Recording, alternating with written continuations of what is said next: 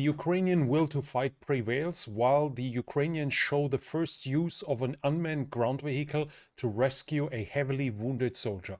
But we'll talk about this as well as about anything else that has happened along the front lines and behind them in this SITREP about the war in Ukraine.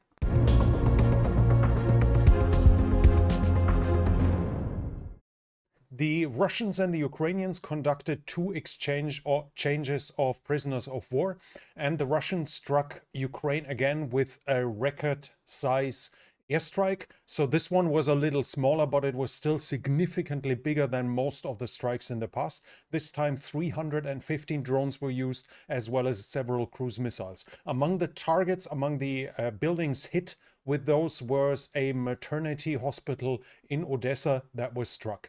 The Ukrainians are saying so far in the war they have shot down 40,000 attack drones. By now they've crossed that benchmark. We'll switch to the developments along the front line, and here we start in Sumy.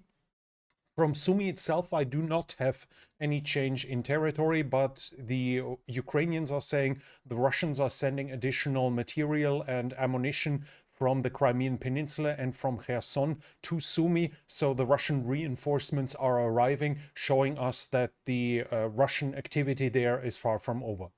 We'll switch to the developments in Kharkiv, and here we have the Ukrainian analyst Konstantin Mashowetz saying that the Ukrainians recaptured the territory of the factory here, of the aggregate plant.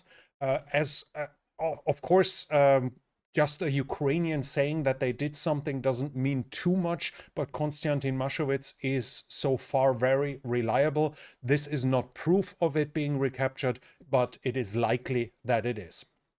That's it from this area. We switch to the Eastern Front, and here the Russians have advanced. They have entered the town of Krasne Pershe. We have a geolocation here. So far, the Russians have only been in Petrivka, so we see an advance of 1.5 kilometers to the west here into Krasne Pershe.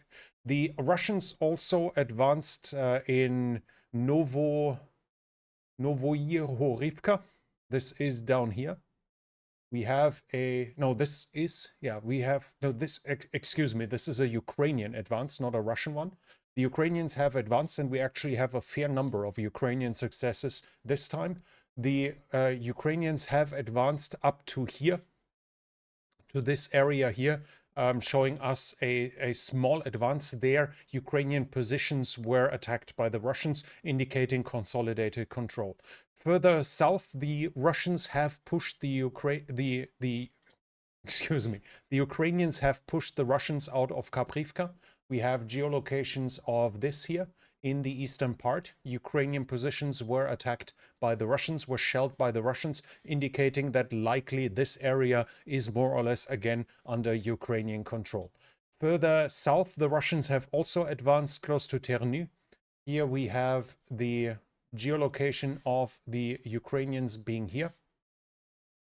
And this is more or less at this point. So we see on the Eastern Front, north of the Seversky Donetsk, a fair number of Ukrainian minor successes. South of the Seversky Donetsk, in the Seversk region, we have the Russians advancing in the direction of Vyumka, or something like this. Probably butchered it again. Here, in this direction, we see that the Russians have reached this point here, which should be more or less at this point, indicating a minor advance by the Russians. In the Konstantinivka direction, we have Russian further advances. The Russians have operated east of Delivka here, indicating that this area here might be now at least under contested, might now at least be contested, or in part at least under Russian control. But the Ukrainians have advanced inside of Delivka themselves. This is an area where in the past the Russians have waved their flag, indicating to us that the Ukrainians managed to push the Russians further south inside of Delivka. The Russians have also shown up north of the mine here. We have a geolocation of this as well. This is here, upwards here, north of the mine. This is an area where the Russians recently have shown several times presence. The Ukrainians have struck them several times with FPV drones. To which degree the Russians have consolidated their control there, I'm still not able to say, but we see that the Russian presence seems to be more or less consistent. Every few days we have a Russian presence being confirmed here. The Ukrainians have been shelled, though, inside of, what is it, this one? No, this one here. The Ukrainians have been shelled inside of the mine north of Toretsk. This one here.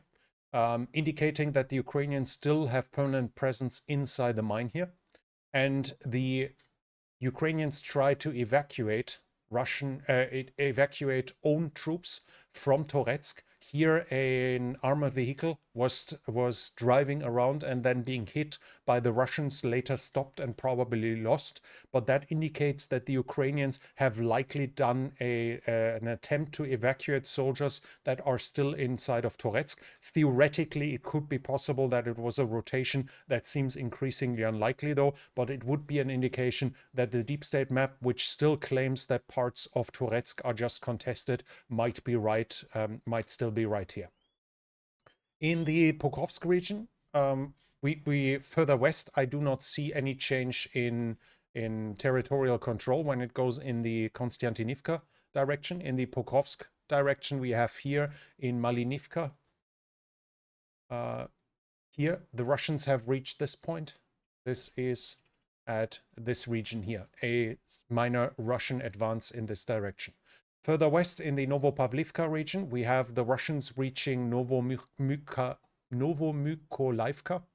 And initially in a first video, they were struck trying to reach it with motorcycles. From today, we have fresh geolocations indicating us that they are now inside of the town. They managed to enter it, and this was the original source, where the original geolocation where they reached the outskirts but were likely taken out by mines that were used there. Now they seem to have entered Novomykolaivka, indicating that the contested area is probably extended to this degree, and we recently had Russian presence here as well, so the contested area might be more like this. At least that's what the geolocations indicate. Further south, the Russians have advanced south of Troitske. Here we have a geolocation of here we have a geolocation as well. This is this here. Not a significant, not a bigger advance, but it is at this region here. This region here, the Russians have advanced a little further to the west over the past few days. On the oblast border, here close to Velika Novosilka, Konstantin Mashovets claims that Fedorivka was liberated, that the Ukrainians managed to push the Russians out. Again, no proof of this. Likely true, because Mashovets is not the guy to spread false propaganda, but not confirmed nonetheless. That was it with the territorial changes. The situation remains unchanged. The Russians retain the initiative and have two regions, two areas where they continue to have successes. This is here in the Dnipro direction, and this is in the Konstantinivka direction from various angles. While they are not advancing all directions, all advances here at the same time, they still basically every SITREP, every 2 or 3 days, we need to report a Russian advance towards Konstantinivka. Other than that, the Russians are now, as we said, the Russians have reached Dnipro.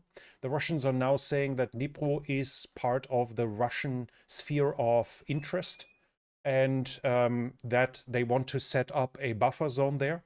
This is consistent more or less with their own claims, as they, as we all know, claim that Donetsk is now a part of Russia, thus creating a buffer zone inside of the Ukrainian oblast of Dnipro makes perfect sense from their point of view. Obviously, Donetsk is de jure still a part of Ukraine. We probably have to expect that if the Russians keep advancing further west towards the Dnipro, that at some point the Russians will claim that the population wants another referendum to allow them to annex Dnipro Oblast as well. That at least seems to be likely as of now if the war continues for long enough. That's it with the territorial changes on the ground.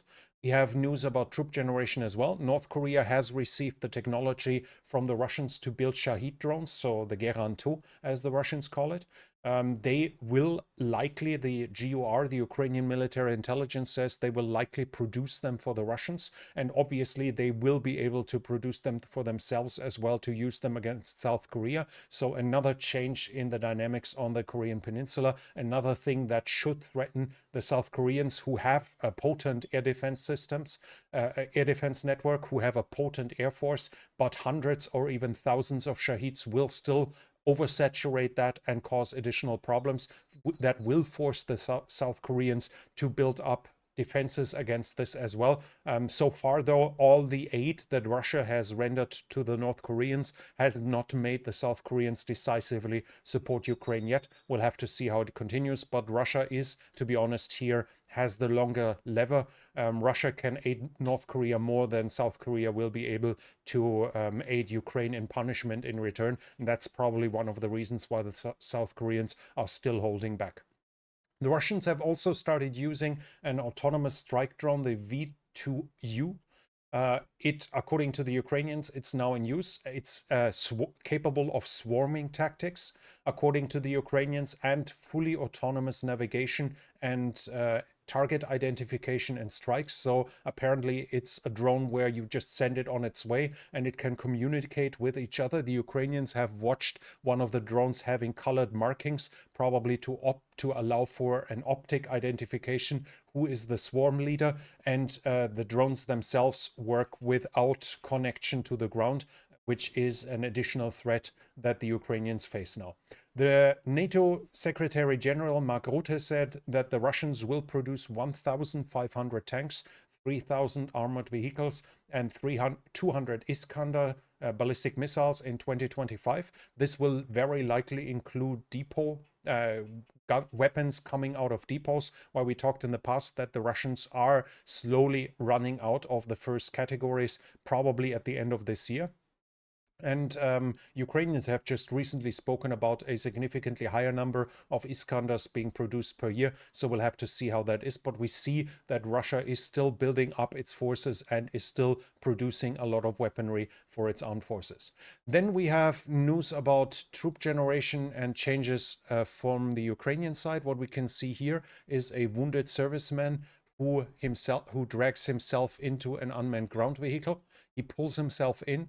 And we can see his equipment here, and we can see the coloring of his clothing, indicating what has happened to him. And he is then evacuated with that in an area where the Ukrainians were too afraid to send soldiers to evacuate him. Otherwise, he probably would have bled out and died here. This way, though, he was saved. So very good news for Ukraine, an important innovation that will save the lives of soldiers. In the political sphere, we also have news. The Ukrainians had a new survey. 52% of the Ukrainians are still against territorial concessions, even if it prolongs the war. This is obviously significantly down from the beginning of the war, but still over 50%. 10% say they are for accepting Russia's demands, Russia's peace plans, and 82% are still against the peace plan. So the majority of the Ukrainians are still for fighting on. This is also important for the Ukrainians who need the support of the population for both recruitment as well as continuing the war itself. And there the population is still with a vast majority behind the government. Obviously, there's a significant difference between not accepting any territorial concessions or not agreeing to Russia's peace plan. That allows for an additional 30% who would likely be willing to give up territory for peace. So all of these numbers are trending negatively, if you want it this way, are trending more towards giving in towards Russia. It's clearly visible over the past few years, but it's trending very slowly. Ukraine will likely be able to continue the war for years if it continues like this.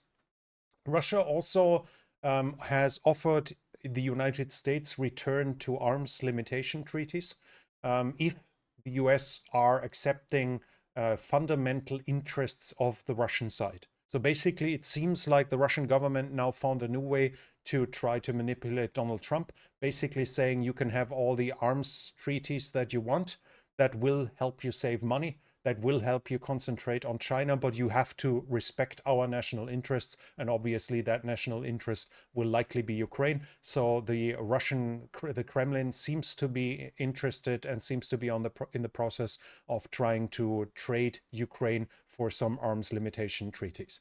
But that was it from me for today's situation report. If you like the report, please give it a thumbs up. It helps with the algorithm. If you're new here, I would like to invite you to subscribe to the channel and hit the bell icon, and leave a comment if you have something to add. This channel is only possible because of the support of viewers like you. If you like to support the channel, you can do so by the means in the description. But that's it from me for now. Thank you for watching, and I'll be back.